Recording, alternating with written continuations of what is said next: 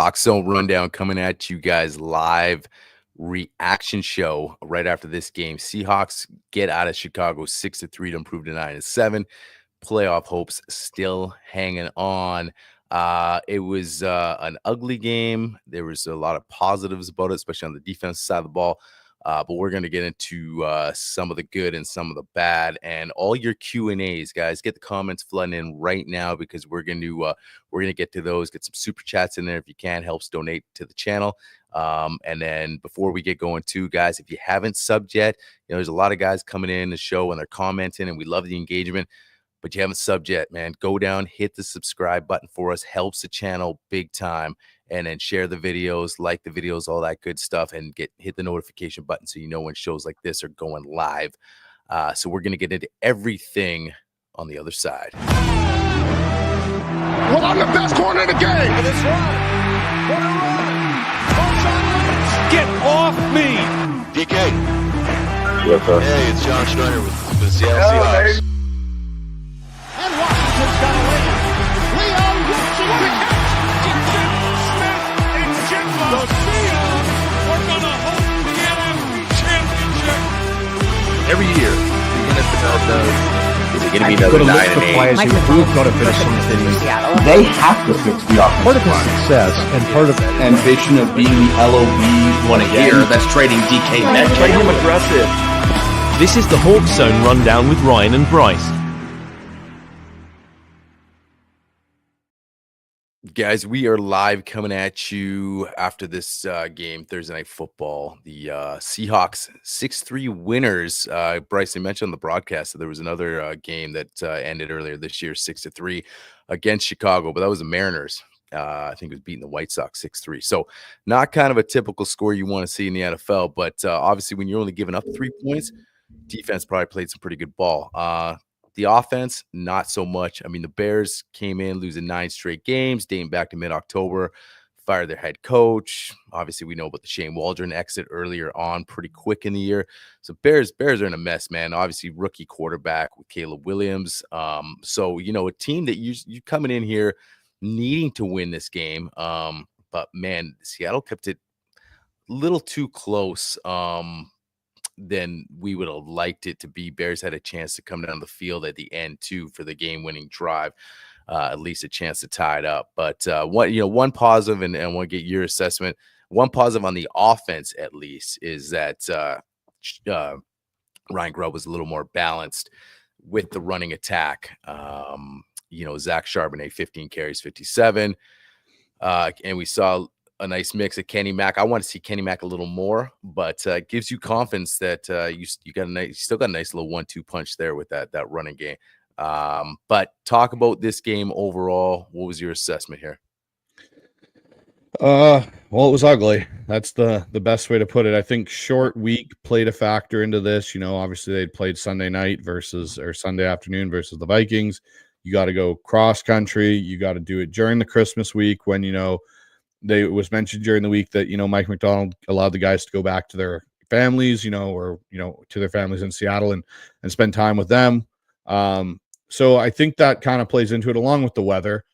There are some things, though, I look at in this game, and I think they're just, again, microcosms of this season.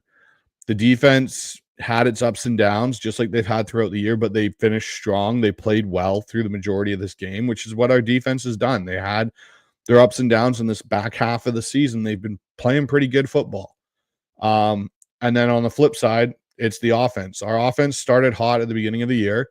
And, the Denver game and the New England game and stuff, they looked really good. And we were all hyped up about this. And then after those games, our offense is kind of really outside the Detroit game kind of disappeared. And its consistency has been all over the place. And you look at tonight, first drive of the game, we get all the way down the field. We should be able to punch it in for a touchdown. We make a ridiculous play call on 3rd and 2 from inside I think they're inside their 15. And we have to settle for a field goal. And that's kind of just how this season's been for the Hawks. And I look at, honestly, the offense tonight, and I don't know how many more nails we can put in the Ryan Grubb coffin of his first season, but I think we're running out of wood on that coffin to nail into because it's getting worse and worse. Yeah, the running game came to life tonight, but you have a quarterback with a bad knee, and I think Geno's knee injury is worse than some people may realize, and they're even alluding on to. And he's out there, and you don't have any quick game answers, get the ball out of his hand. Your play actions majority out of the time out of gun, and yet your more successful running plays were coming from under center. And then when you start having success running the ball, you stop doing it. And for long periods, we're not talking like, oh, it's a play here or there. It's like, okay, cool. So we had like two, Kenny Mack has a 25-yard run, and then we completely forget to run the ball again. I just, I don't know what more you can ask of some of these skill position guys. JSN, people want to jump on DK Metcalf for his production. Well, teams know what Seattle's going to do. Like, there was the one play where Geno got strip sacked, and luckily we recovered it. And, there were people on Twitter saying he's holding on to the ball too long. And you and me were having our own conversation off the, through text about that, particular moment. And I was having other conversations with other people. You got to look at the whole totality of this play. And one, you're running a hook and a flat route, or your only two short routes in that concept. Everybody else is going deep.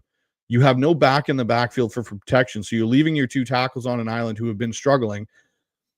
And you got a quarterback with a bung knee in there trying to move around and, manipulate that pocket. Things aren't going to go well. And I think he's hesitating because he's afraid of throwing picks, which we've talked about. His pick rate has gone up this year.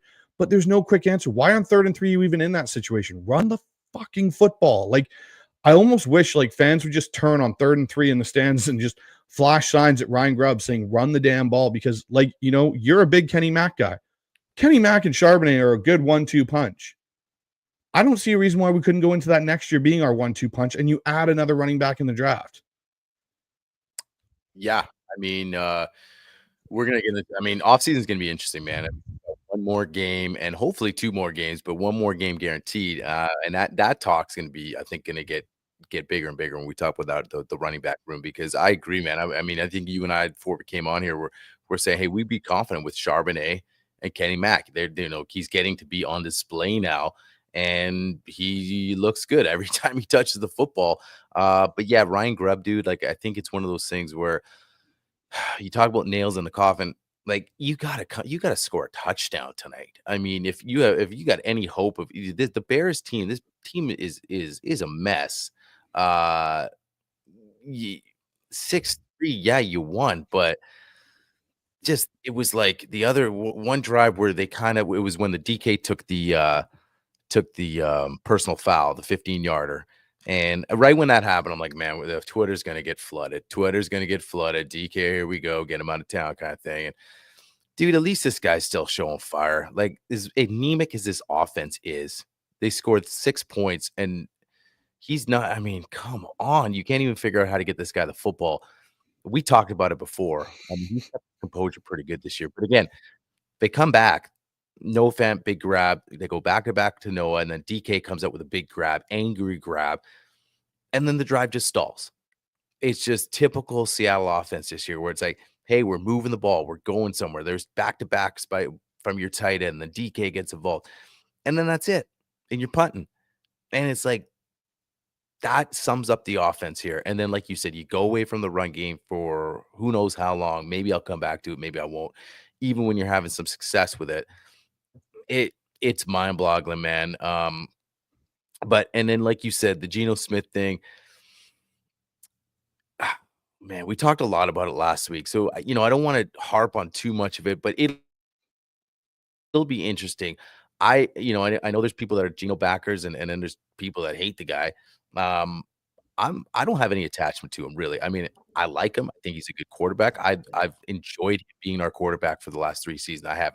Obviously a lot of frustration in between with the offense and the moving the offense, but Geno is a physical talent. He has the tools, but I never saw him as this long-term quarterback for us. And for me now, when we look at it and what we saw tonight and the season, and thinking, man, I just never thought, if we do extend him, that this was going to be a guy for a 5 or 6 year run with this franchise. That's a long time for anybody to be with a franchise, right? So if he ends up being here 5 years, 6 years, I don't know how excited I'm going to be about that. And I know you're like, well, what are the options? But again, falls on John and his lack of maybe urgency. I don't know. I'm not in those meetings, but you trade Russ. there should be some type of succession plan, and it feels like there really kind of wasn't as a priority. I feel like maybe, well, let's get this defense back on track, right? Let's get Pete Carroll's defense back. Gino's serviceable, and obviously we saw just some of the bad decision makings that went on those last couple of years led to Pete's firing. But yeah, so we can get into that, guys. Get your comments in, man. Let's real quick though. I know what you got a lot to say about that too, but just I want you to talk about this defense first and what you saw and what you liked. They were dialing up the blitz today, going after Caleb, using the offense of the Bears, man. What did you like from that D? Devin Witherspoon flying around, had another, he was all over the field again. Leonard, Jaron Reed, some nice things taken out of that defense tonight. Yeah, no, the defense, again, like I said in my opening kind of statement, they've found a way to play together. They're going to probably finish as a top 10 unit, which is kind of what we brought Mike Macdonald here to do, right? Like we were a bottom 5 unit. Now we're asking, that this team to be, we were like, okay, let's get into the middle of the pack. He's been able to take them a little bit farther than that. And, yeah, we've had some games against better opponents where we've seen some of the issues that are still there, which is fine. This is year one of a change. And this is why following that 49ers game when we lost at home to the Niners, I came on our show and I said, I view this team in transition. That is what they are in. And now you're starting to see that there are going to be, and this is one thing that I think, you and me have kind of talked off air about. I think there's some holes on this team that we didn't expect to be holes. And I think there's some holes that we expected to have that actually got filled in some respects on this defense. I think this D-line unit, yeah, they're missing maybe one premier edge player. But other than that D-line, that linebacking core now with Knight and Jones, it looks like a solid unit, like a really well-built and constructed unit. Now, there's some issues I think we've noticed in the back end of this defense, and they reared their ugly heads again and almost cost us the game again tonight. But when you bring in a defensive coach and he turns your team into a top 10 defense, I can only imagine what he'll do next year. He'll have a full off season. These guys will have been in his system. He might be able to start doing more things with them that he wants to when it comes to scheme. And he's going to be able to add pieces and actually tell John, these are the type of players I need, not what you thought I needed. These are what I need. Get me these type of players to fit my scheme. Man, I don't know how the sky's not the limit for this defensive unit because they're getting better. And it'll be interesting to see how it goes for the Rams next week and given their motivation, depending on what happens Saturday between the Cardinals and Rams. But, Mike Macdonald came in his first season. He has a winning season. Pete didn't have that. Pete was 7-9 his first 2 years. So coming in and having a winning season, whether it's going to be 9-8 or 10-7 is a pretty good statement. And along the fact that your defense is going to finish as one of the top 10 defenses in the NFL. Yeah, no, that's great. I mean, they look good. I mean, like you said, the foundational pieces. I mean, Witherspoon. I know Leonard's been in the league for 10 years, but might be playing his best football. Jaron Reed's looking good. Murphy, like the interior of that line there, like you're happy with. You got a couple of young edge guys that we'll see what is the ceiling for Mafe, what is the ceiling for Hall. We'll see. Do you think you got that game wrecker guy on the edge yet? Maybe not. But we've seen Mike even mid-season go out and be like, John, this isn't working. My linebacker play isn't going to work. You got to switch it up now. And so you're already seeing the aggressiveness with Mike Macdonald, what he like. He knows what he wants and what he needs. So that's reassuring for this defense. Now, as a whole, as a unit as a whole, I think it's safe to say that we would be surprised. We've talked about this if Grubb's back because Mike Macdonald's the head coach of this football team. The identity is the Seahawks, not just one side of the football. Coming from a Harbaugh tree, they want to run the football. They want to run the football hard. And this ain't it. And you and I talk about, we're going to talk about, but personnel wise, we just mentioned it. Is Ken Walker, even if you're running the football, is he that guy? Is he that lead back to do that for this team? You and I don't really think so. The way Sharps has been running the ball, he's kind of head down, hit it and go. Even Kenny Mack, I kind of like the combination, man. And the fact that, look, you're not paying Kenny Mack anything.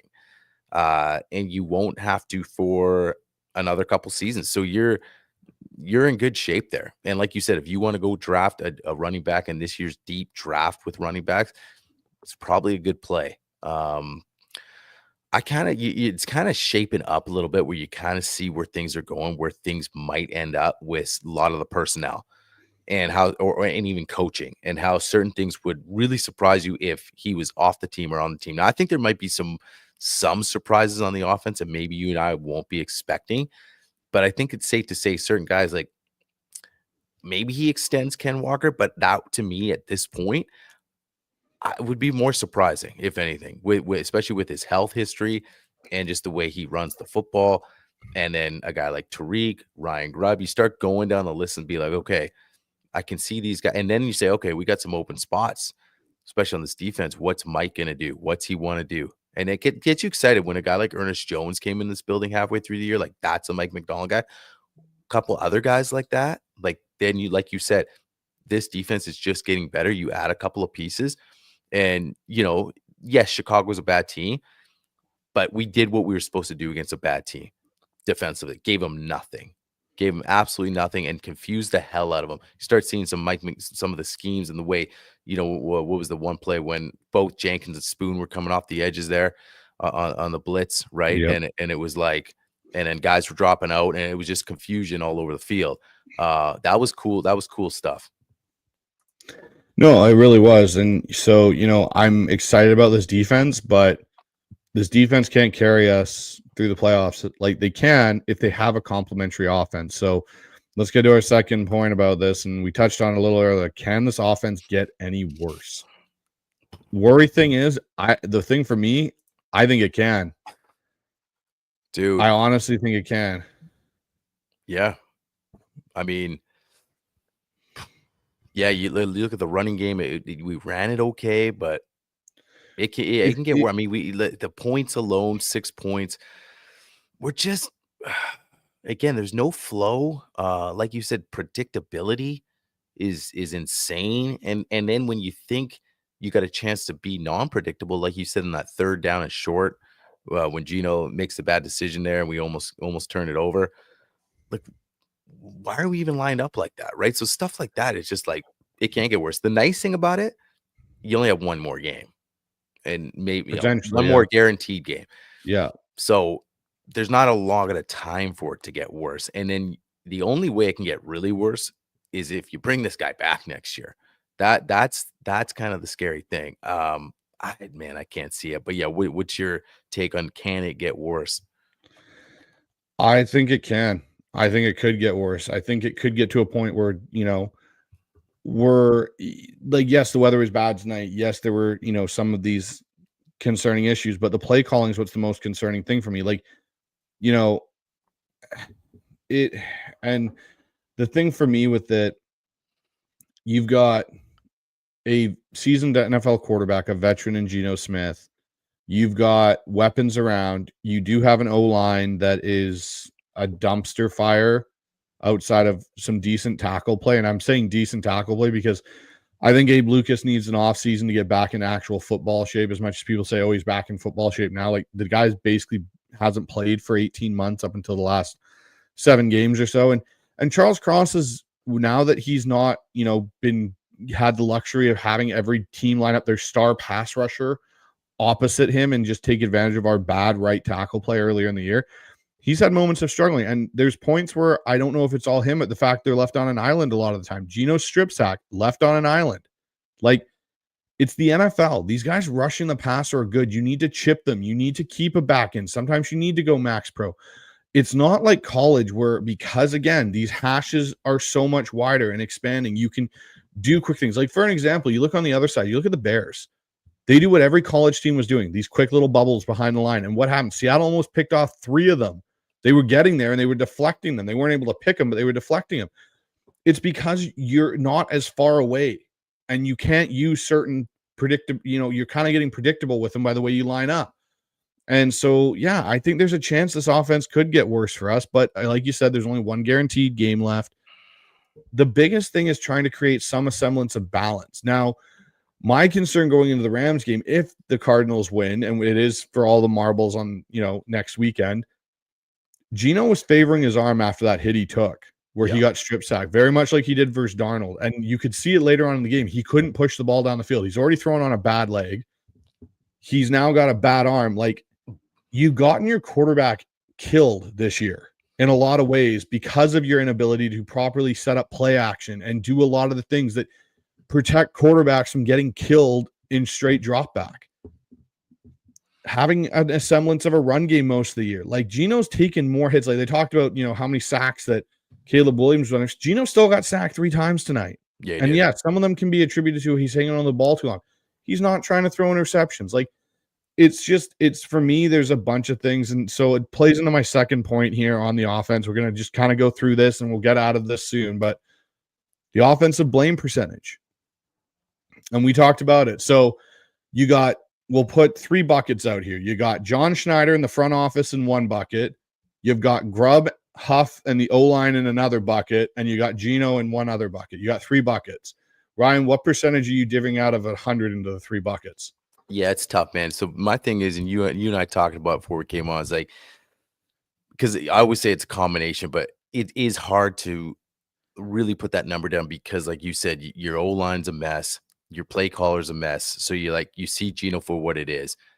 It'd be interesting to see if we had a average or maybe above average play caller, just more of a balance that has an identity with a little better O-line. Okay, you got the pieces now. Let's stop with the excuses. And if we still see this, then it's really a lot easier to assess. But man, Schneider to me, I almost think he's got to have the biggest percentage now at this point, just because of where we're at 3 seasons after the Russ trade. And even before that, when Russ was here, our O-line was shaky as hell. Russ was sort of like not the same Russ that he was declining his prime, and Denver obviously gave up the farm not knowing it. But so John to me probably has the biggest percentage. If I ranked it, it would be Schneider, Grubb, Geno. And people are gonna say, and it's a tough one, right? Because when I said last show like Geno, and some people were like, oh, it's crazy to get rid of Geno and this and this and this. I'm just saying that I would say if you just wanted numbers percentage wise, I would say 30. That's hard to say, man. I almost want to give Schneider a really high percentage, but I'd have to say 35 Schneider, 35 Grubb, and 30. Is that's a math? I'd even almost go 40 Schneider, maybe, and 35 Grubb, and 25 Geno. I mean, to me, the Geno thing is just, I look at it, he's good enough to get us where we're at. And if you did have a little better play caller, I don't know if he'd set the world on fire. My things are just some of the decision making, and is the moment too big for him sometimes when he puts pressure, whether it's coming out, we need a home win. Just we've seen 3 years of it. We've seen inconsistencies all 3 years. He's got all the tools in the world. I just don't know if he's got it up top. And at this point, I'm not excited to run it back with him. And I'm not saying that he isn't the best option, because he might be the best option. Like you said, the market's probably not many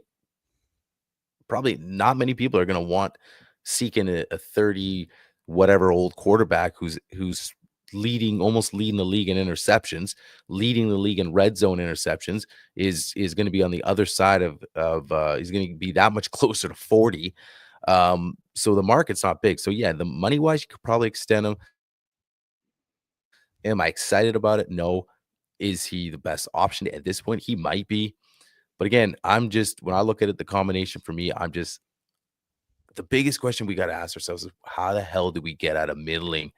And even if this Mike Macdonald just sets the world on fire and we're number 2 defense next year, 3 defense, like you said, you still need that complementary offense.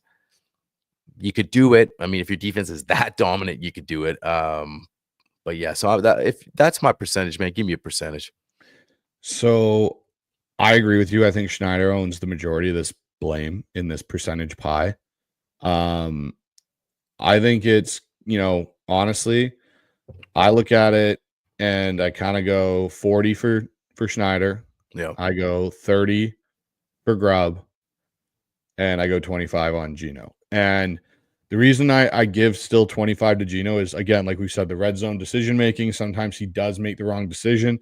But I think that is a byproduct of the other two buckets holding the majority of that issue. Who are you giving the other 5% to? Mike McDonald? Hey, you're up 95%. Hold on, what do we got here? 40, 30, 40, 25. That's 70, 25. Oh, yeah, okay, you're right. Sorry. 45, 30, 25. There we go. Hey, So the only reason I'll throw a couple percent to Mike McDonald is because he's a head coach of the football team. And that's true. Because because it's like they had to have a couple of meetings this week, and he's got to say, you got to be way more balanced. And you saw it, but maybe not. But I think, I mean, do you need a meeting? Do you need a meeting? You shouldn't have to. But the thing for me is when we talk about balance, and that's the thing for me, when we talk about balance, I don't want to see necessarily a 50-50 game call, 50% run, 50% pass. What I mean by balance is your balance leads to you not being predictable. It leads to you having that unpredictable factor of, hey, are they going to run it? Are they actually going to throw it? Are they going to play action us? Are they going to screen us? And that was the thing is like, when Seattle's going to throw, it almost before they line up. And that's where for me, like, I kind of maybe agree with you. Actually, yeah, maybe 5% does go on Mike McDonald. And in my scenario, which I didn't account for. So we'll throw him in his little tiny bucket of 5% off to the side. But it's very worrisome because, well, it's not worrisome, but for me, what it comes down to is John was the one that had more say in Grubb getting hired. I've talked with numerous people about it. Right.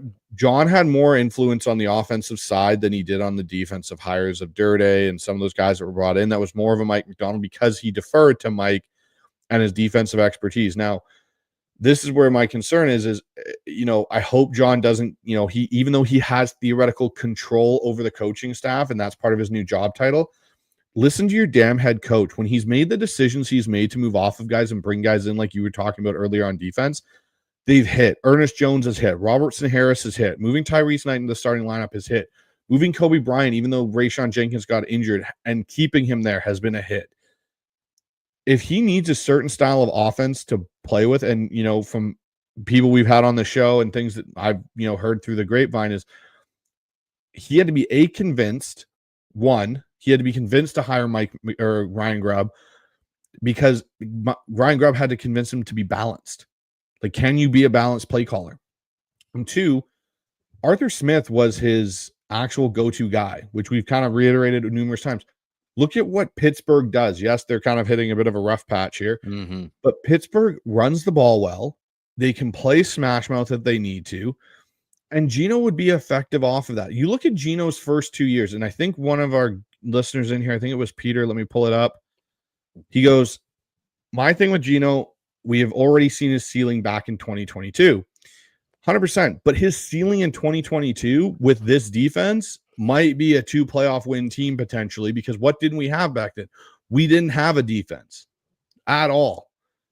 That was our biggest gripe then. We couldn't stop anybody, so it didn't matter. We were playing shootout games and we couldn't stop. Now we can stop. If you give us 2022 Geno and what his ceiling was there, which I think was 30 touchdowns and 11 interceptions, and very similar to what Sam Darnold is currently putting up, you have maybe a third, you can look at the Minnesota Vikings in a way this year and look and be like, okay, if we had an offensive line, and the Vikings don't have a home run offensive line, but they have a proper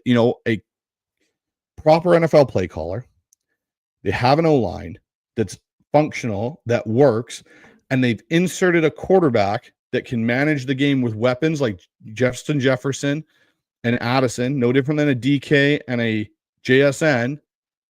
And they're a 12-win football team. Like, Jared Goff goes to Detroit, and they don't have an O-line. They build an O-line. They give him a few weapons, and not a lot. Like, he has less weapons than some guys talent-wise to work with. Similar skill set to Geno, and it works. And Jared Goff makes questionable decisions all the time. This is where I think that blame pile, like you and me have talked about, like if next year, if they do the proper thing and they get some O-line and they actually bring in a proper NFL play caller, if Geno is still doing the same shit he's doing this year, halfway through that year, I will gladly come over and have a seat on the side of the bench that you're sitting on and go, yeah, okay, there is some serious issues with Geno Smith that can't be fixed with proper O-line play, proper NFL play calling. It's just stuff that's built into him. Yeah, I mean, you bring up Goff, and I agree with that, but the Lions are like the best team in the NFL.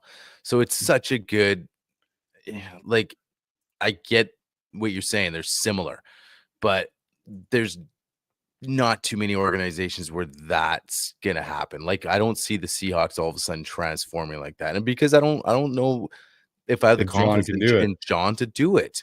And that's the biggest thing, man. Like, I'm not comparing. Obviously, John's had early success, but like before Detroit made a huge culture change, they were the laughing stock of the league for years, going back to Barry Sanders and before, and even the Calvin Johnson era. And like you're looking at guys like, man, you're wasting certain dudes' careers away here in this organization because they had guys at the top that didn't know what they were doing. And again, I'm not saying that's John because he's made good decisions, but dude, like if you start talking from like 2015 on, and you race those prior years, would he still be the GM of this football team? And so I go back to, yes, that early success and the Super Bowl runs and those Legion of Boom defenses. Like, he still looked on like, you constructed one of the best defenses of all time.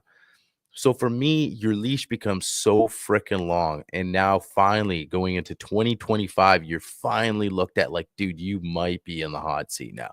And that's where I sit, because I don't know if I believe, like, I don't think he can get us to a team that's constructed like the Lions, to a team that's constructed with just all the pieces for Geno. And so when I look at it, like you talk about Geno, like, yeah, I get it, but like, do I even care if Geno has this, and this? Because do I see him as a long-term guy? Do I see him as the best option for the next season? Maybe, yeah. But like I said, what's the succession plan? Because like I said, we weren't supposed to be sitting here in 2020 after 2021, and then we ship Russ out, that we'd be like, okay, in 2027, Geno Smith might still be our quarterback. Like, we'd be like, no way.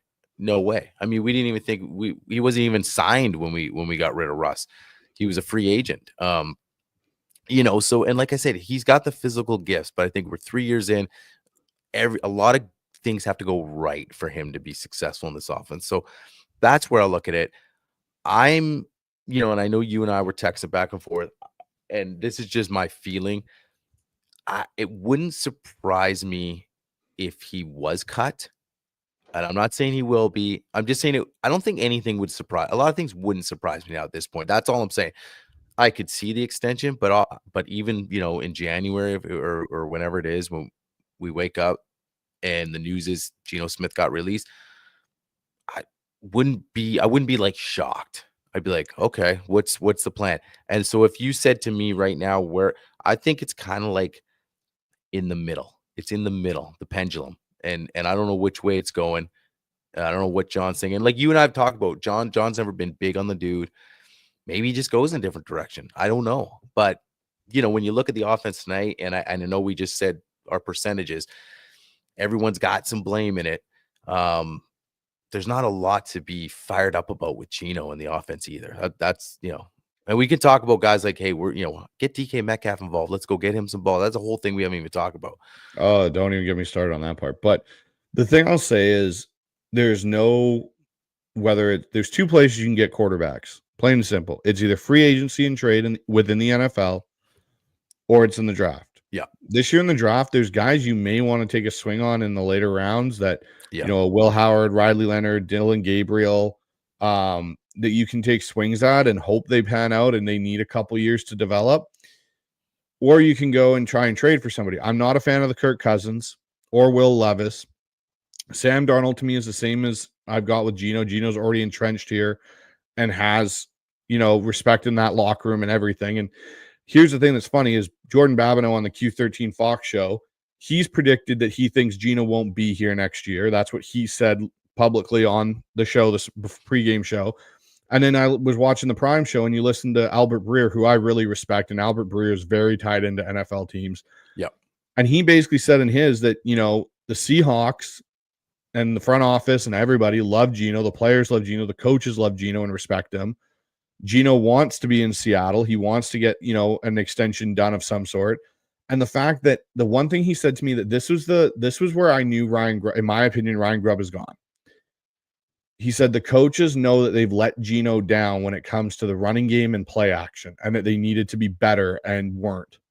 So if you're going to make that open admission, and Albert Breer is going to be able to report that because it's been said through a source of some sort to him, that to me is a damning sign on Ryan Grubb that you have now publicly acknowledged you have failed your quarterback. And that's why I think there will be an extension done for Geno. I don't think it'll be to the Trevor Lawrence, Tua Tagovailoa number that everyone thought we were talking about earlier. Because like you've said, Geno's play this year hasn't driven his market up. And I don't know if it's driven it really far down. It's kind of just plateaued at where we paid for him originally. You might see a $10 million bump because it's just the inflation of it will go up. But I don't think you'll see Geno in the $50 QB, $50 million quarterback range. It won't happen. No way. But I think you could see it where they add 2 years under what his current deal is to lower the cap hit and to then go get him the pieces and then have themselves built in some outs in it, which John Schneider has done in the past ones. And where it's like, okay, if they find a guy and maybe it is a Will Howard they take, and all of a sudden that dude's lighting it up and fits or whatever, and they move on from Geno. But Sam Howell isn't the answer. We've seen that. And, the fact that Geno's as banged up as he is, and they're not putting Sam Howell in the game tells you what that coaching staff thinks of Sam Howell, I think, in a lot of ways. So it'll be an interesting offseason. So let me actually get to that. Could this offseason have more personnel changes than we think? I'm going to lead off with 2 for sure that I think are going to happen. And I think, this is what I was leading to about areas I think we thought were strengths that maybe weren't. I don't think Trey Brown and Reek Woolen will be here in the secondary. And I don't think Ken Walker will be the running back. I think they will trade Ken Walker and Reek Woolen, and they'll move off of Trey Brown. It's not because I don't like Ken Walker. I think Ken Walker can be electric, but Ken Walker can't stay healthy. And I think Ken Walker's play, he struggles in a downhill running scheme. He likes to bounce things. He likes to get outside. He fits more, honestly, of like what a Kansas City Chiefs team does in a lot of ways. And I know people say, well, he's been hit so much behind the line. Yeah, I understand that, but the dude hasn't been healthy one season for a full season. He has been nicked up for multiple games throughout. You can't go and pay that guy that value. And if the running back class is coming in, I think you're better to draft a guy, roll with Charbonnet and Kenny Mack, Halani, and another guy, fight it out in camp for that other spot, and you go forward with that. Like Kenny Mack looked good tonight, and he's got some speed, and he's got some explosiveness to him. The 25-yard run, he went straight down the 2-hole for football terms. That's the right side of your center on a dive, and just blew by people and just took off. And yeah, sure, he doesn't have the wiggle at the top of the run, but I don't need my running back to be a home run hitter. That's what I have JSN and DK Metcalf and all these other guys for. I need him to be able to churn out yards, and Kenny Mack was able to do that tonight.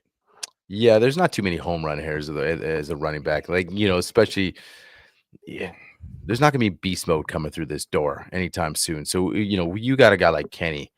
I like the way he runs, man. And I agree with everything you just said. I agree with all those guys. Trey Brown, they'll just let him walk. And if you can get something for Reek, I think they will. I mean, you can get something for Reek, so it doesn't matter what you get. You take what you can get, I think. I just don't really think you need him on this roster, man. I think,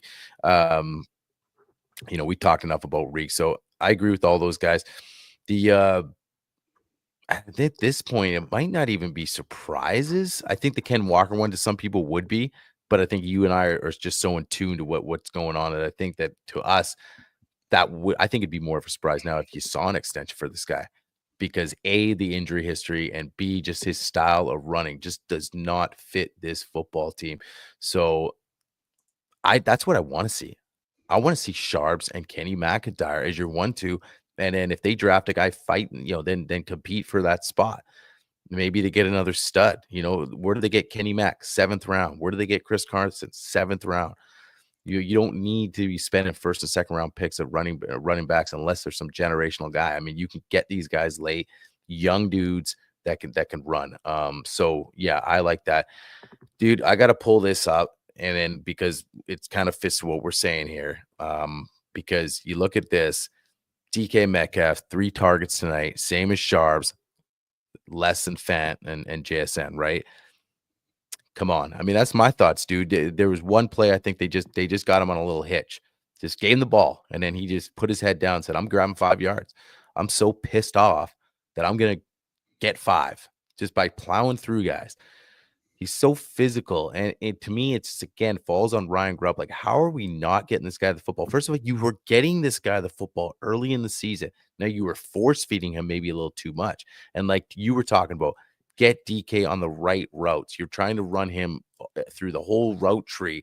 There's certain routes that no, he's not accustomed to running, but that doesn't mean now go away from him completely because you unlock JSN.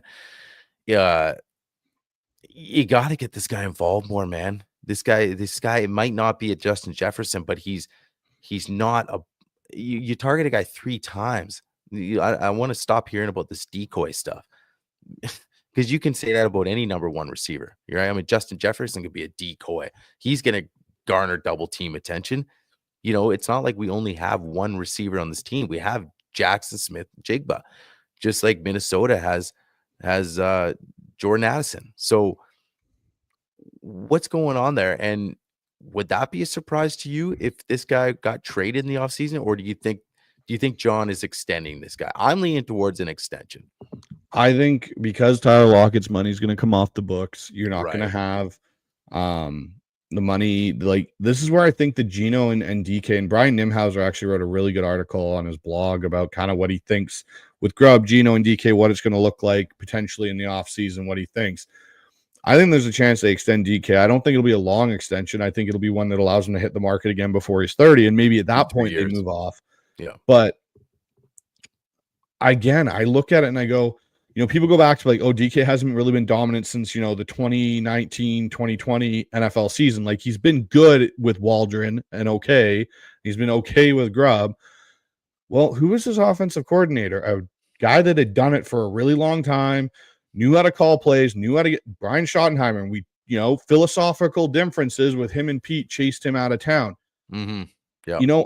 When people talk about, I'm going to kind of pivot a little bit, but when people talk about an OC candidate coming back, I would be okay with Brian Schottenheimer. I was just going to say, when you just mentioned the let Russ cook era and with Shotty, it almost put a smile on my face. Like, I almost want to go rewatch some Let Russ Cook stuff because it was just bombs away. And I'm not saying that you want that as your no, you don't want that because we're living in that a little bit. But he still ran the football. So, but how fun was that? And that's what I didn't get to see tonight. Even tonight, I wanted to tune in. You're playing the shitty Bears, and you say at least let's take a couple shots with DK. Bombs away. Mm-hmm. Like, get something going. And you can't even get anything going against this team that they've been losing by wide margins.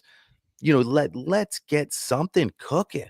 The shoddy days, at least for half the season, man, Russ and that MVP talk. I think there was one point, and sometimes you're a little premature, but I'm like, hey man, Russ has just already locked up this MVP. I mean, it was that dominating. Well, and I wanted to tune in today and see something. The thing for me with Shoddy that I liked is he had a good running game. He had a good play action game built off it.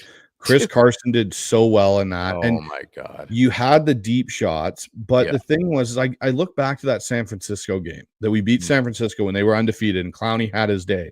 Yeah. Right. He also knew how to use big receivers. Mm-hmm. Josh Gordon made 2 crucial catches, right? Josh Gordon. Yeah. And that's what I mean is like you have, and he's, I would be okay if they decided to bring Shoddy back for a second go around here. I would not be mad at that. But it'll be interesting. But let's do this. Let's get into some questions because we've been at this for 45 minutes. But I will say this: I'm probably going to go watch some old Let Russ Cook film later on. I mean, I haven't done that in a while. That's fair, man. I definitely think that's something to kind of go and have a look back. But let's get into some here. So here's one from Amy, who's always in our chat. Hey, Amy. DK, 6th player with 900 yards in each of his first 6 seasons. Yeah, guy's a stud. Yep.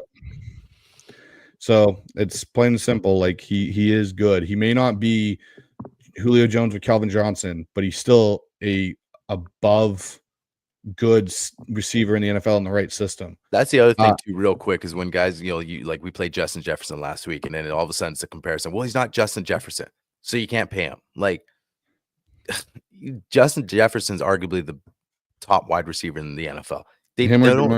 So where are you going to go get Justin Jefferson? You get rid of DK, you can just go get a guy. Like, just because he's going to get a certain amount of money doesn't mean he has to be Justin Jefferson. But he's your physically dominant receiver that there's only a few guys built like him in the world. Yep. And then he can go out and play wide receiver. Is there And things he that plays well off of what JSN does. Totally. So I don't think there's a question. Like you said, the fact that Tyler's coming off the books, it's to me, it's almost a given.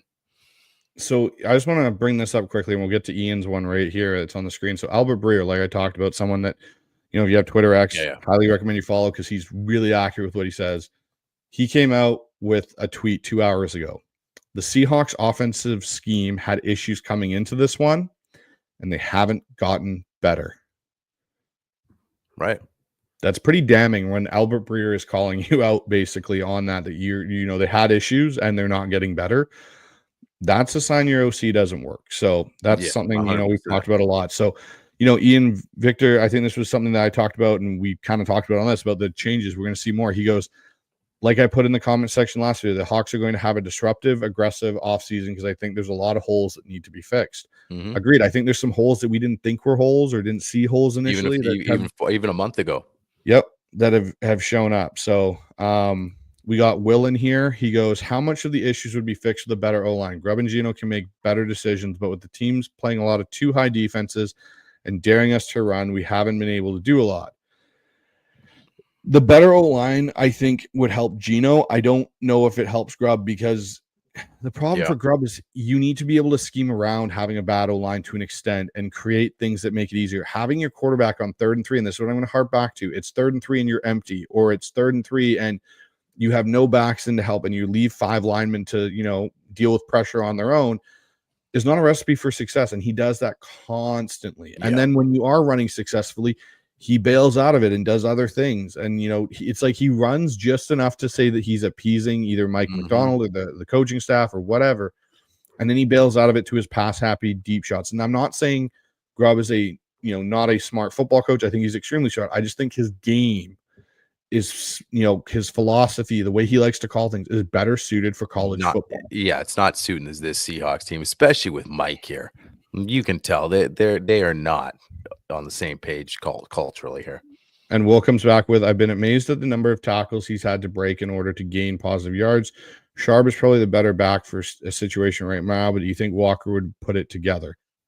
Walker's had 4 years to put it together, and the only time he really he's not wired like that. No, he's not. And that's why I think Kenny Mack is your slasher to Charbonnet's power in a lot of ways, because he still is a downhill runner. We got JE in here. Is the O-line hindering the scheme, or is the scheme hindering the O-line, or both? It's both. Yeah. To me, it's a both.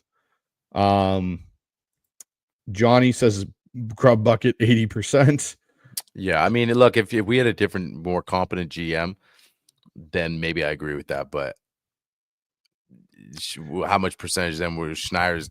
You just got to put a huge percentage on John, man.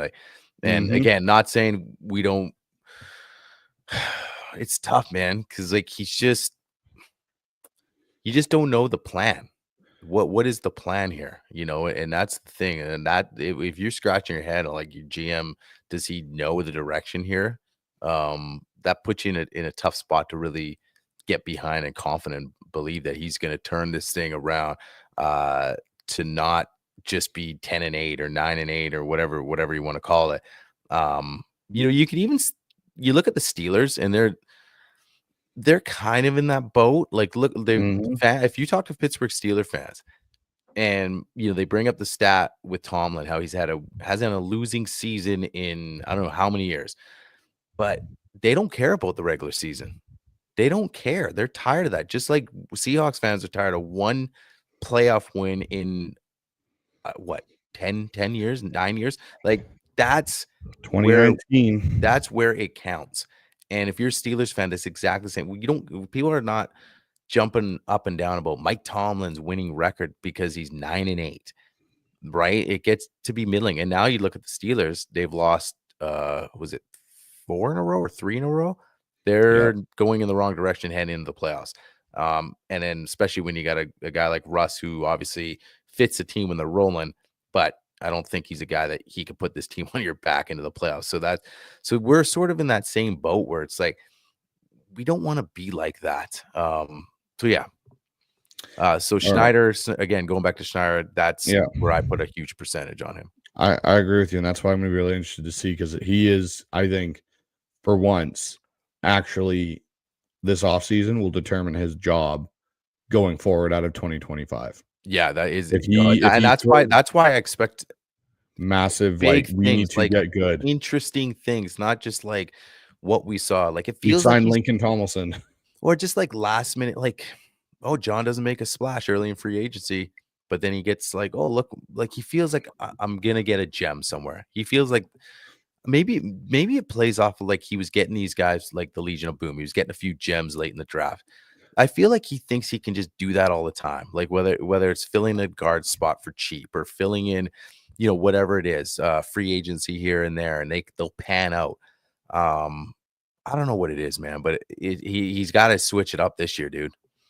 So here's the thing that, and this is why I also kind of go into your switch it up, and he's really GMing for his job, is I look at Jerry DiPoto, and we'll switch to baseball a little bit here, but you look at Jerry DiPoto, and he, when he first came into the Mariners, had to take the Mariners team as they were to try and win, and it didn't work.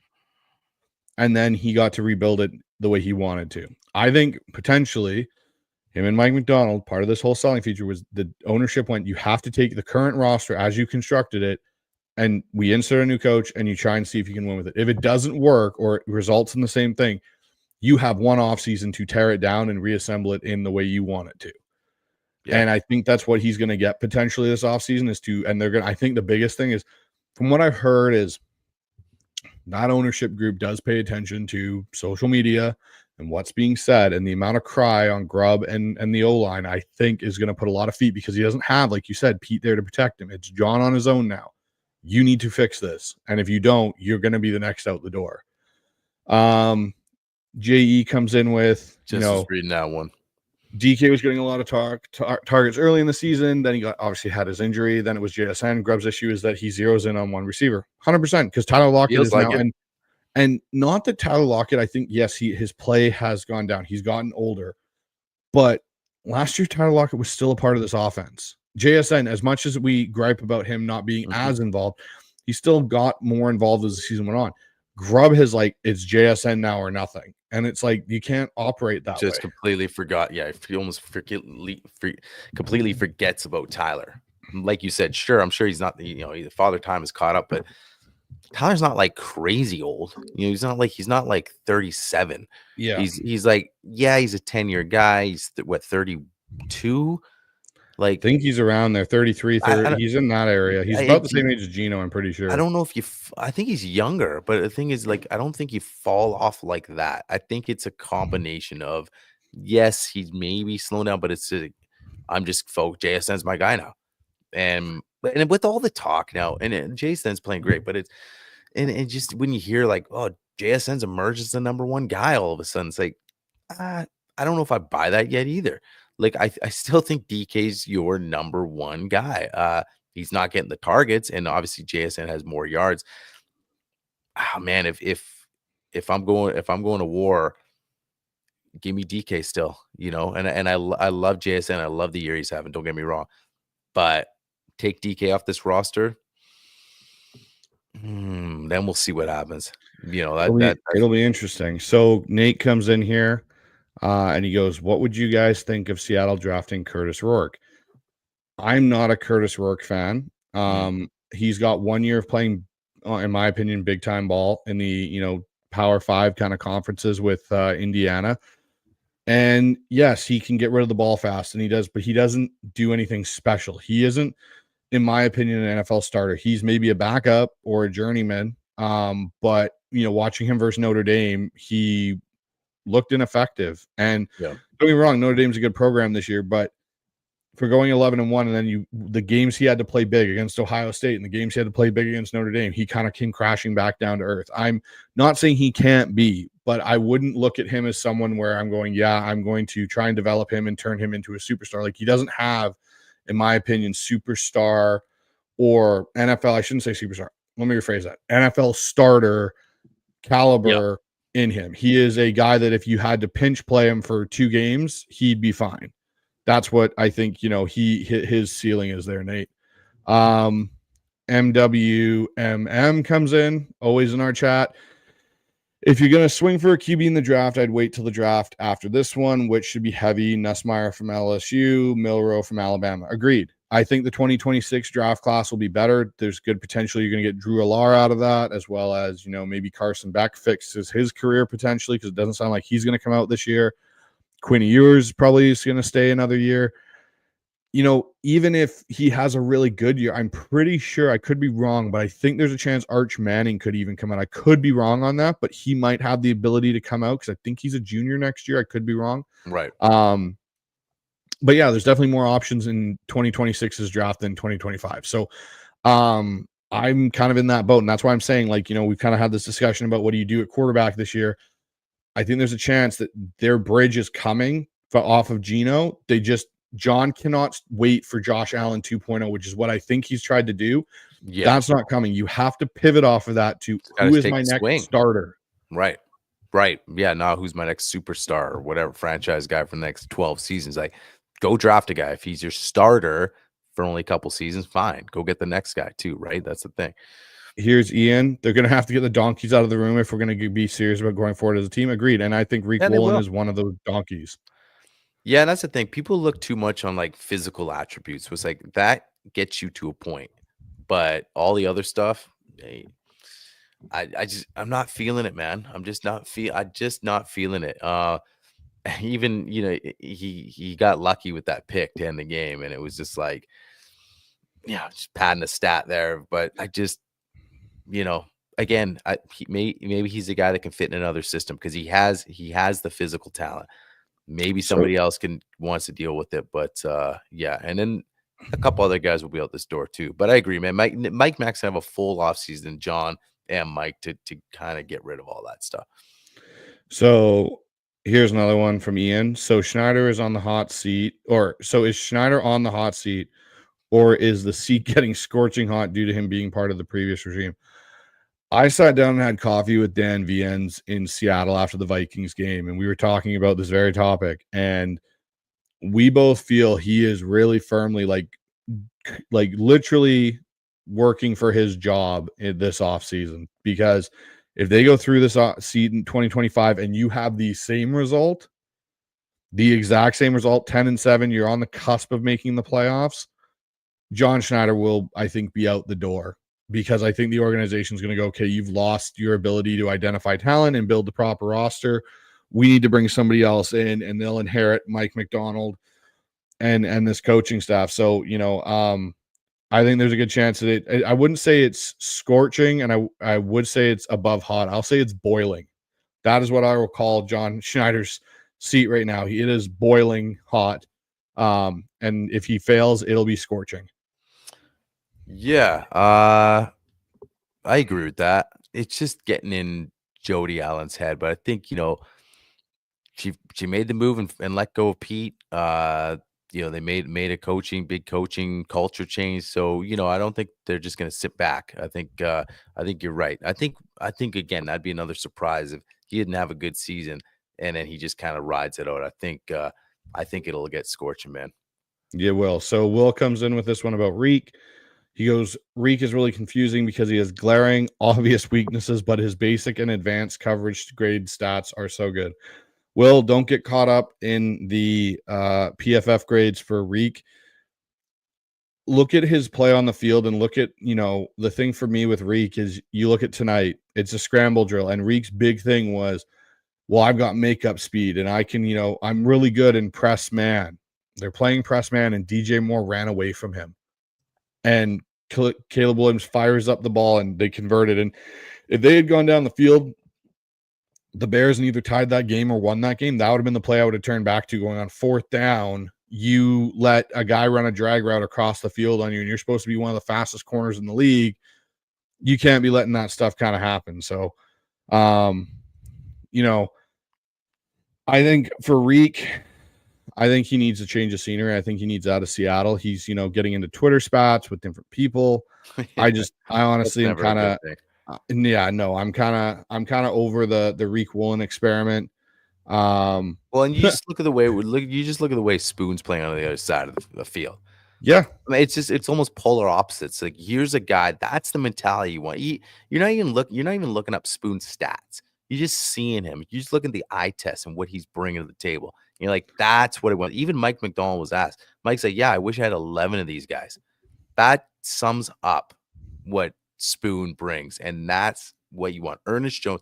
We talked about at the beginning of the show. Ernest Jones, Spoon, Leonard Williams. I'm even throwing Kobe Bryant in that mix. The mentality that you want on this team. Julian Love, the leader back there too. Those are the dudes you want moving forward. Now add the rest of the pieces. And I can't see. Reek just feels like the odd man out. I don't even care anymore about the 4.2 track speed.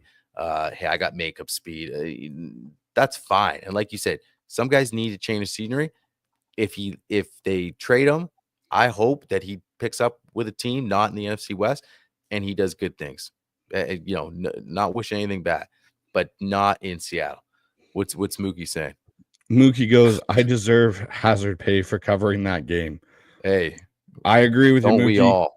We all do. We all deserve something for watching that ugly game. It was boring. Like I said, Mookie, I mean, if you, I don't know how long you've been chiming in on this live feed, but we were reminiscing again, and we reminisced a little bit about let Russ cook and Shoddy.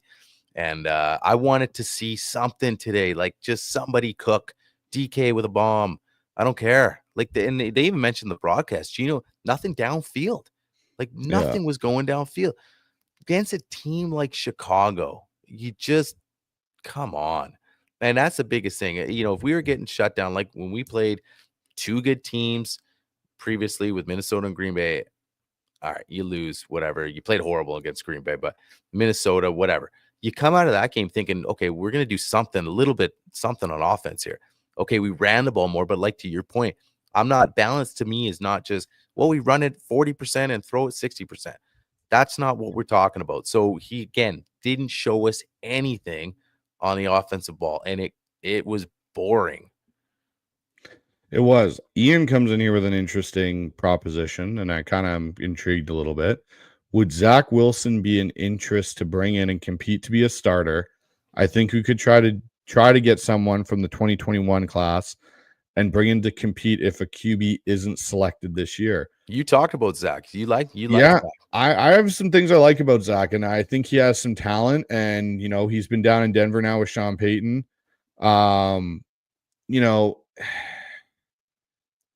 Again, you could bring him in to compete. I wouldn't turn around and be like, okay, cool, I'm cool cutting Geno because we got Zach Wilson. Like, I agree with the statement being more on the fact that if you don't get someone in the draft, yeah, I think, Zach Wilson could be an option because I think he'd be an upgrade over Sam Howell. 100%. I think, yeah. I think anybody would be at this point. I think, there's probably people screaming for Drew Lock to come back in this building and get in some competition. But I would, of course, a guy like Zach Wilson, I agree 100%. It's not, cut Geno, bring in Zach. No, you get a guy, you bring him in camp, you compete. Hey, maybe he's matured. He's a new change of scenery. He's been playing with now Sean Payton and getting reps at practice and whatever, just learning. He's been in the league for a few years. Who knows? What about this one? For the guys you want to trade, what would you want to acquire in order to part with K9 Reek? For Reek, man, I mean, we talked about, I think you maybe a fifth rounder, fourth or fifth for Reek, something like that, right? I mean, K9, yeah. What would you get for K9? I think either way you're getting mid-round picks. That's what you're getting for either one of these guys. Yeah. And I mean, really, when you think about Reek, it's not. I mean, you got him in the fifth. So, and the problem with K9, like there is trade value. I just don't, like I said, I think it's fourth and lower because he's got an injury history, and it's a good running back class. If you were to move on for him, I think there's a chance they probably let him play out his contract here and let him walk in free agency. Thing is, I want to see Kenny Mack on the field a lot more next year. And I agree. So I think there's still in the building, then K9's back on the bench. Yeah, depending down the stretch, it could be interesting. But here's another one for you. Oh, okay, quick, Nate. Funny that the person asking for Drew Lock is me. I love Drew Lock. Yeah, Nate. Drew Lock. I don't know. Cool end of the Philly game last year. Yeah, that was basically it. Cool. That was Drew Lock's shining NFL moment. I think was the Philly game last year, and it wasn't shining for all that long. It was basically the 2-minute drive, and that was it. So, Here's one from Mookie, though. Grubb ran the ball more to the point where Seattle basically didn't even try to throw on second down, so he finds new ways to be predictable. Agreed. Well, he really does. it was almost like the San Francisco game. Remember? Yeah, it was run, pass. Run, pass. And again, we thought, okay, he got him. He obviously got him in the room and said, you got to run more. And he's like, oh, okay, how about run, pass? And same thing today, dude. MWMM. I like Daniel Jones more than Zach Wilson. Ooh. See, I don't like Daniel Jones, dude. Yeah, there's things about Daniel Jones' game I'm not a big fan of, but the thing I think with Minnesota is Daniel Jones is who they view as their next Sam Darnold in case JJ falters and Sam moves on in the offseason. That's why they went and made sure to try and grab Daniel Jones and sign him. So I think that's their fail-safe plan there in Minnesota. Hey, but at least they got a plan. They're bringing in quarterbacks. They drafted JJ, and then here's Sam Darnold. You're like, well, okay, interesting. And then they immediately get Daniel Jones when the Giants cut him. So you're stocking the room. I actually really like this take here. Hendon Hooker. I really liked Hendon Hooker in the draft. And I really wish Seattle had gotten a chance to take him. Mm-hmm. So, JE, I would be on board with this if they did trade for a guy to come in. I would rather them, if they, made the move for Sam Howell. Hendon Hooker was someone I really liked. I'm kind of sad Seattle didn't draft him because they had opportunities to. I think he could possibly be a guy that you look to as if he develops a little bit more in his skill set, and maybe he's already started to do that in Detroit. Because Detroit just signed Teddy Bridgewater today, which to me is an interesting signature, or not signature, but sign, because you have Hendon Hooker. So does that mean you don't trust Hendon Hooker if something were to go wrong with Goff in the playoffs? He got injured, nicked up, something. It could be an interesting one. But I just think if you look around the league, like Hendon Hooker, a guy that you probably maybe forgot about a little bit.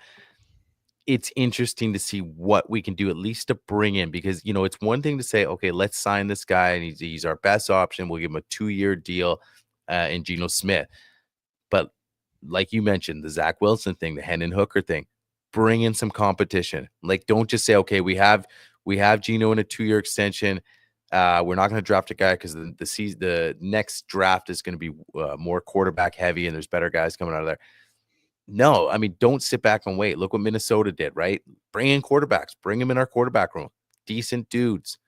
And that's what we need in Seattle, because right now you have Geno Smith and then a guy that everyone's like, okay, wait a second. Like, there's really no competition here.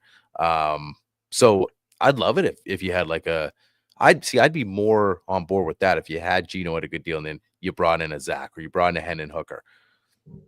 Well, and that's what I wonder if that's maybe not the play. I wonder if they do move off of Sam maybe and they extend and then bring in Hendon Hooker, or I know people may balk at this one, but there's a chance they could maybe bring in Will Levis. Who knows? They could bring in one of these rookie guys that is not liked where he's at currently, or they could move off of, and Yep.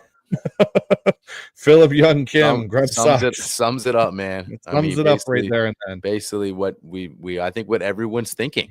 Like, yeah, I don't think you heard as many Waldron sucks, especially the first year. The end of last year you started to, but that was about it. It took the end of last year. Year one. No. Year one, you were like, he's coming from the McVay tree. And he showed some signs. It just didn't seem, this is just so anemic. This is just really, really, really bad, predictable, and not fun at all. It just really isn't. I think if you're a Seahawks fan, you're like, that was not a fun game to watch. The defense, yes, but again, we want to see something on offense. And it wasn't like it was this defensive battle like the Bears were just on fire. It was just we didn't do anything. And that's what frustrates Seahawks fans. You're coming off Christmas, you're sitting down getting ready for Thursday night Boxing Day football, and that's what you get to see. So sums it up. Yeah, it does. So let's get into this right now. Oh, we got 5 more comments that just came in. Okay, guys, we're gonna get to these, and then we're gonna get out of here. Yeah. So let's get to these. So let's get to MWM here. If the Rams beat the Cardinals Sunday evening, the hopes for Hawks in the playoffs, do the Hawks give the last game to Howell? I don't think so. No, I think so. They kind of saw their experiment and they saw it fail. epically, regardless of the situation in that Green Bay game, and I think they'll just ride Geno out. Ian, I see Petts, Kafka, Schottenheimer, or more as OC candidates. Yeah, I agree. Those are the three names that I think are the main ones. The other one I would throw in there, maybe Mike. What's Shoddy's situation right now? He doesn't call plays in Dallas. Okay. He's the OC there, but he doesn't. And there could be a shakeup in Dallas. I think Kafka is going to get let go. I have a list, actually. Let me bring it up that I've kind of been putting together. I like this one too, man. Which one? I like Waldron's opening scripts. I mean, that's really the only thing you could like. I mean, that was the one thing you can. But then, you know what? That was almost a tease too, right? Because you were like, "Oh, dude, offense looks great." You know, you might be texting somebody's Hawks up 7-zip, and then that was the best thing that they did the whole game. So it was kind of like the opening script was good, but the whole knock on him was like never could adjust to what the defense did after that. So this is my list of OCs that I've kind of started to build a little bit on guys I think could be in that kind of, potential guy Seattle looks to. So Jake Peets, obviously, who's already in as the pass game coordinator. Mike Kafka. I think Doug Peterson, if he gets let go, could be a name. There's two guys that I put on this list that are lower on the list because I don't know how the reality of them becoming OCs for us.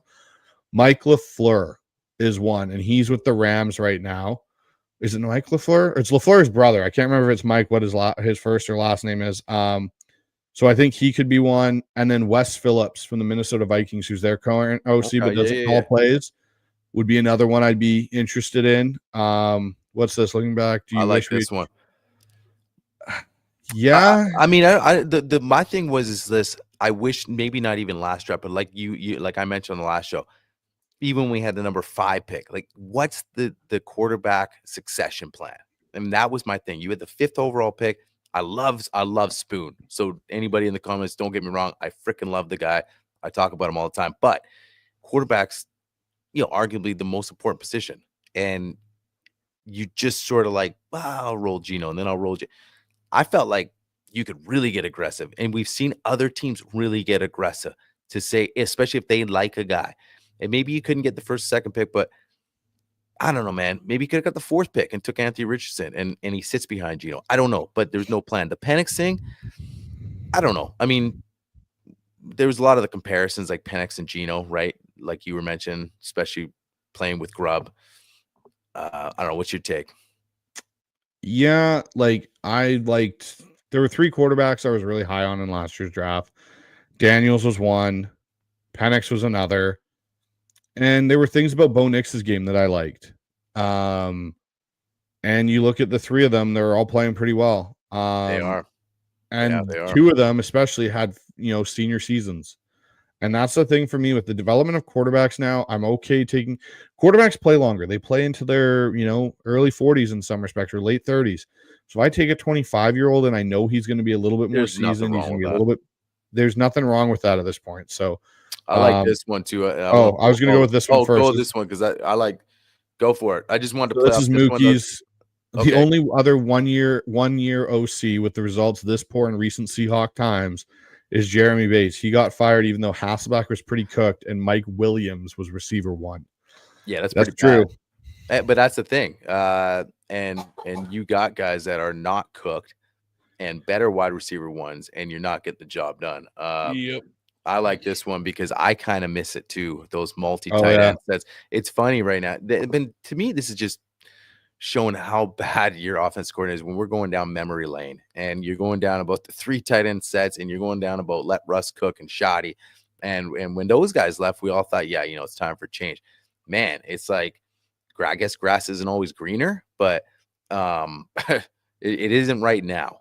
It's burnt because the 3 tight end sets were kind of fun, and you had the tight ends that could do it. Definitely helped. We could use some 3 tight end sets right now. I'm not gonna lie. So, yeah, it's definitely something to be nostalgic about at this point with the way our offense is operating. So let's get into this though. Sorry, go ahead, go with that one. That's just throwing it out there. Wish we had never Grub. Yeah, I agree.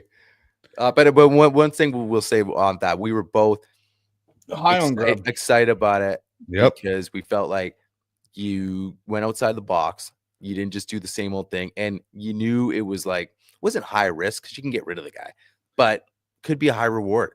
Here's a guy coming in from seemed like a dynamic OC from college. Give it a shot. First year regime, the expectations aren't like we're going to the Super Bowl. The only thing is you're set back a year because you're going to, especially at least with the offense side of the ball, because you're going to bring in now another OC. But who knows? Things can take off, right? So you might be better off that you just strip the Band-Aid off right now and let's go get a different guy. Yeah, no, it'll be, I'm at that point now. And like, with the Geno thing and Jackson Bevins is someone I'm going to give credit to. He's been on the Geno train from the very beginning, and kind of stood on that hill on his own. I was halfway up that hill. I had my issues after watching this season and how bad things have gotten with this offense. Like, we're talking literally like this offense is putrid. I want to see, like we talked about, I want to see Geno with a good NFL play caller, above average NFL play caller, and an above average O-line. I'm not saying top first O-line overall. I'm talking like get us, like we asked of this defense, get something that's comparable. We're not in the bottom 5 every freaking year on the O-line, and get a guy in here that understands how the NFL game works. And hey, if teams are going to play too high, then cool. We're going to gash you in the run game. And I was correct. It is Mike LaFleur. He's the offensive coordinator for the Rams, where, again, he doesn't call plays. So maybe that's how we lure one of these guys, is you get to come in and call plays. So yeah, it'll be an interesting, real quick too. I think like looking at DK a couple times, he just looked, I'm not even talking about the 15-yard. He just looked frustrated. Yeah. Like the whole offense must be, whether it's Tyler, whether it's all the guys, like, what are we doing? Game after game after game. And you almost wish, like, I mean, I don't feel bad for the guy, but it's like, you feel like, man, because you feel like not necessarily wasting his talents, but you're definitely not bringing out what he is capable of.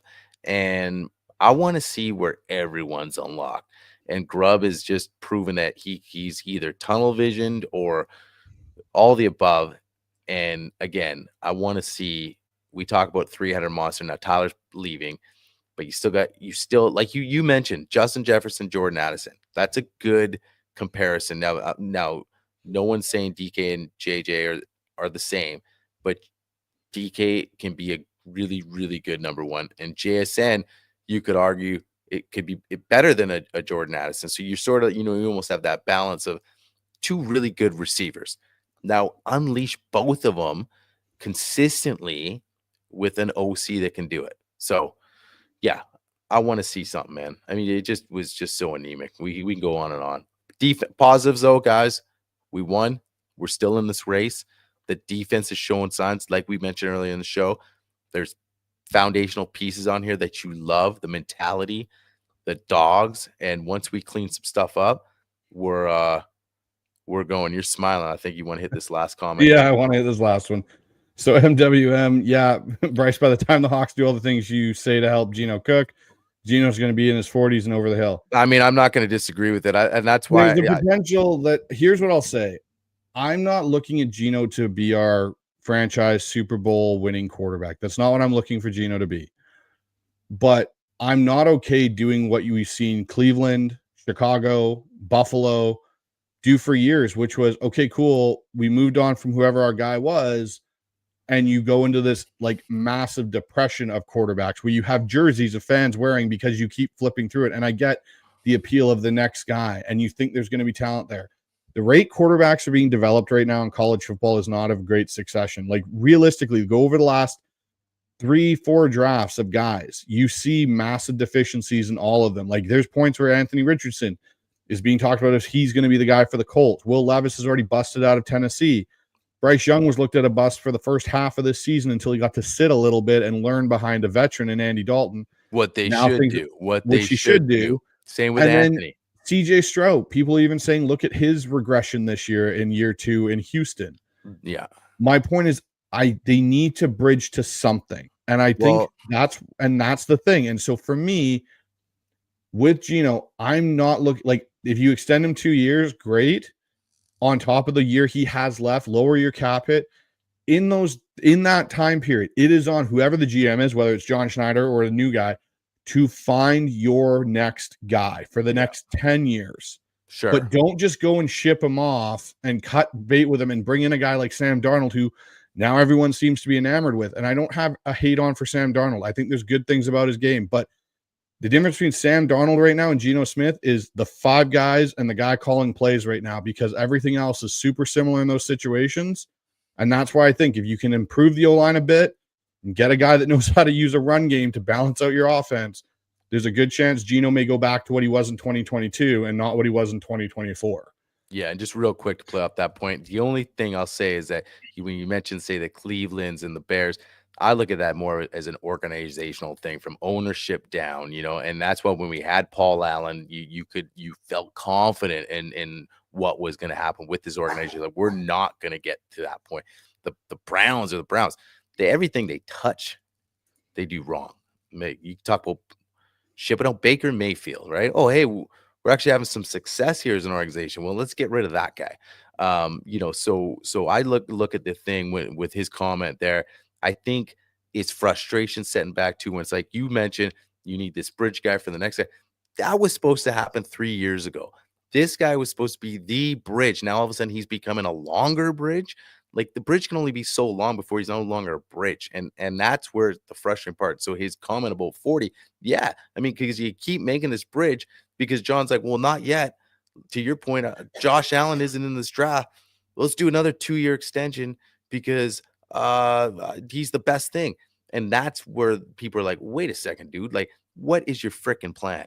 And Rob Staten, we're big fans of Rob. We've had him on this show. He mentions all the time, like, when John sits down, they do the Seattle stuff. Like, ask this guy some real questions to say, what's your succession plan, dude? What are we doing with the quarterback spot? And to me, like you said, to wrap things up, he's just gotten comfortable. He's been with Pete, so that blame shifted over to Pete sometimes. You couldn't figure out whose decisions it was.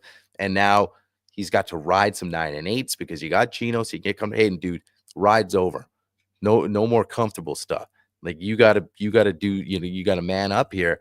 And now that, oh wait, my job's on the line, gotta really address things. So I mean, to me, like I said, I think people should have been like, well, why wasn't this addressed before? We had number 5 pick. We've had 3 years here, and we're no further ahead, like with the quarterback situation. Like, we're rolling Geno again. So I think he's honestly, he's not going to be that far off of 40. So, really at the end of the, even, say he does a 2-year extension, guy might be damn near 40. So, it's funny, but there's some truth to it too. But hey, man, Agreed. Overall 9-7, still in the playoffs. I just hope that the Cardinals just play spoiler, because I want to see the last game come up to meaningful football. As many questions that we still have with this team and concerns, I still would love to win the division and play playoff football, and still want to see a new OC next year. Don't get me wrong, none of that changes. But so we'll see what happens, man. It's gonna be interesting here. It's gonna be interesting. But yeah, so upcoming shows or appearances. So I'm gonna be on the Seahawkers podcast for their kind of live view of the Cardinals Rams game. I'll be on there around 6 to 7 p.m. on Saturday night. So I'll be over there on their show. And then Sunday, we'll have a simultaneous live stream with the 12 Talk Pod guys, Mitch and Josh, over there from the UK. We're going to do a, kind of review of the Bears game. I'm going to be on their show. It'll be streamed on ours here live as well. And then Monday, we've got Mookie coming back. Mookie Alexander from Field Goals for Pulse of the Hawks, our bi-weekly spinoff show. Mookie will be on to talk all things of this game, and we'll see if he actually did get hazard pay for covering this game, and kind of go through that whole process of the look at the Bears game and then look ahead to what potentially could be Seattle's last game of the season against the Rams. Yeah, all that good stuff, guys. Go tune into all those pods, and you know what? Get subscribed to the channel, get notified so you know when all these shows are coming up. Like, you don't want to miss Pulse of the Hawks. It's awesome. Mookie's like, we love doing this bi-weekly thing with him. It's a lot of fun. His insight's awesome, and just a fun guy to have on the show too. Knows Hawks, covering the Seahawks for a long time, and yeah, so it's turned into one of my favorite shows now that we have on the Hawk Zone. So guys, yeah, go down, subscribe to the channel, all that good stuff. We got good stuff coming up all off season too. It's gonna be a wild off season. Gonna have some really good guests coming on too in the off season too. So you're gonna want to get involved with all of that. So yeah, look, Hawks win 9-7. And we'll just keep pushing on here. So that's it for us tonight. Go Hawks. Go Hawks.